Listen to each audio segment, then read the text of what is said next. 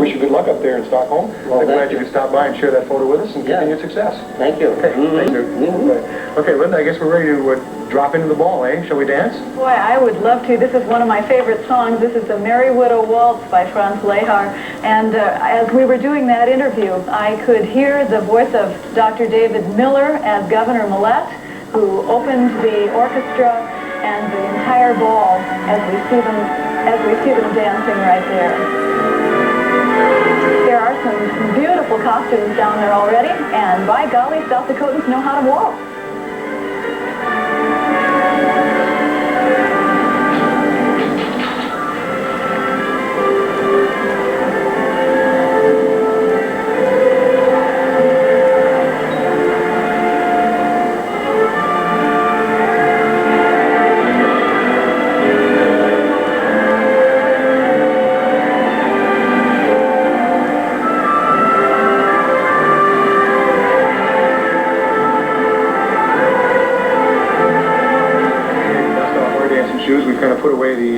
The neighbor fence rail tonight. We've talked to a lot of South Dakotans. Boy, you want said to it. thank everybody that took the time and was so patient to wade through that with us. It was a lot of fun, and I hope Bill and her husband make it over to the ball all right.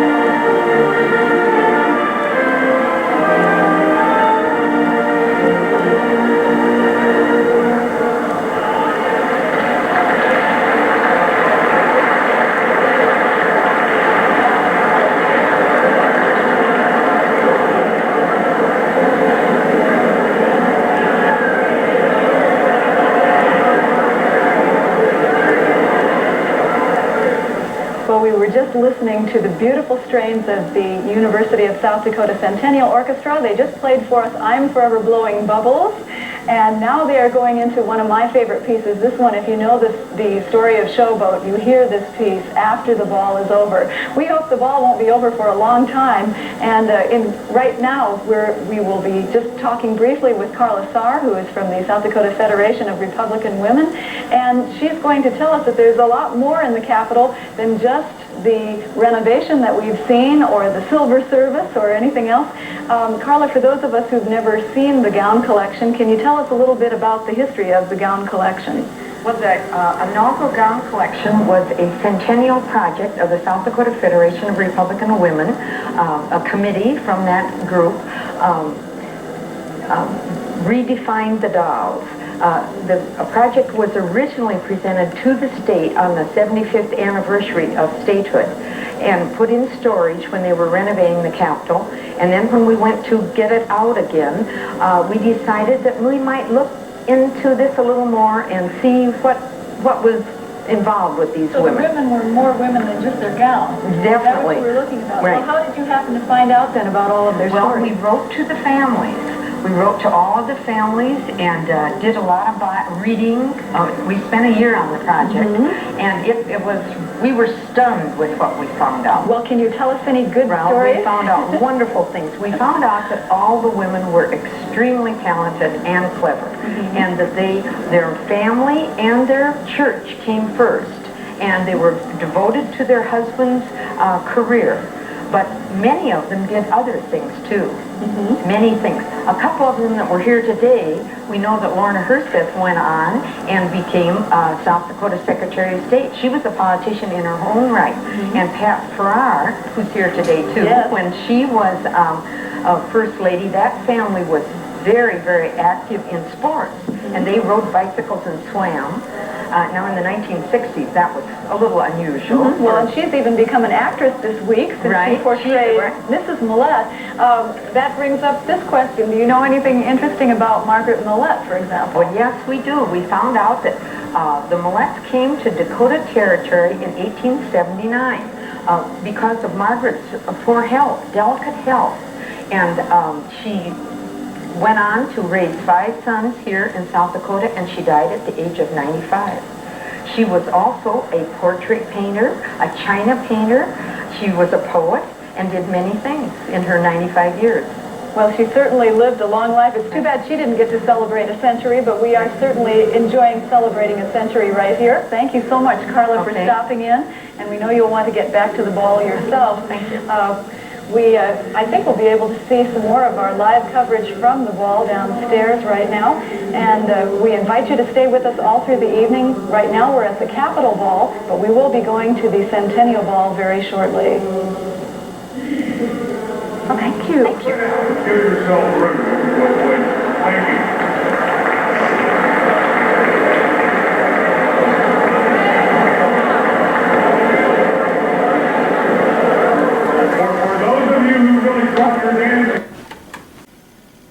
Centennial Orchestra. Let's go back now and we'll listen to this very nice German two-step.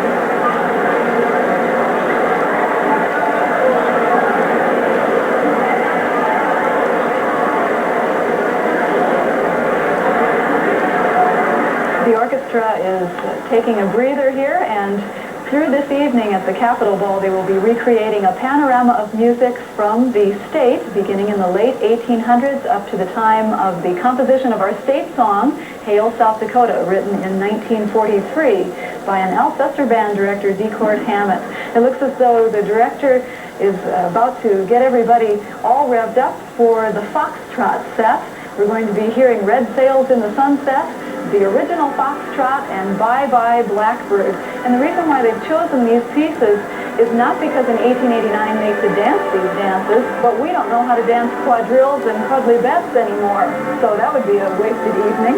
So here we are with the beautiful Foxtrot. Let's go back to that gorgeous music.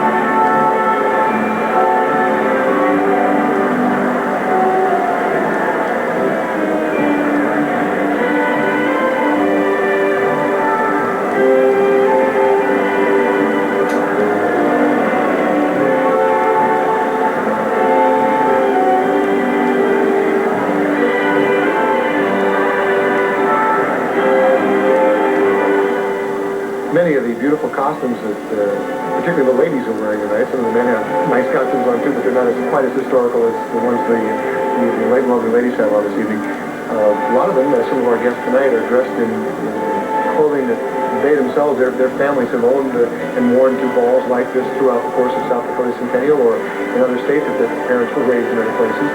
So some of the costumes we're seeing are genuine family heirlooms. Some of the costumes are, of course, just that costumes that were made especially for some of the dancers tonight that were ordered up either in Sioux Falls or Minneapolis or someplace. They're contemporary in their manufacture, but historic in their presentation. And, of course, as you look in the background a little bit, as you look at some of the background of these shots, you'll also see people who are doing some serving and some greeting. They're serving over the punch downstairs to the dancers as they work up the thirst. Those are people from what we call the Pierre Players. And that's a theater group that works here in Pierre. It's a community theater group.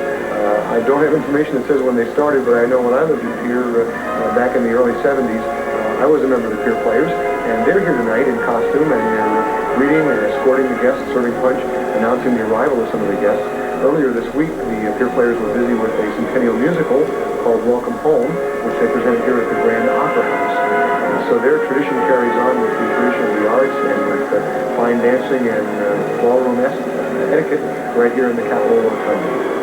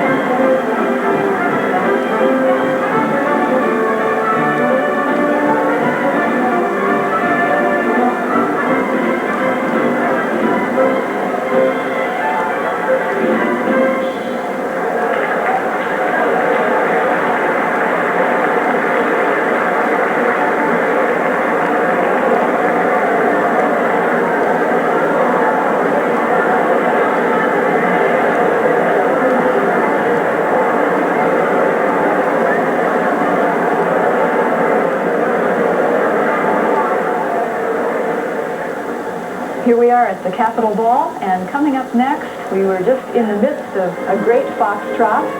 We'll be going to Bye Bye Blackbird.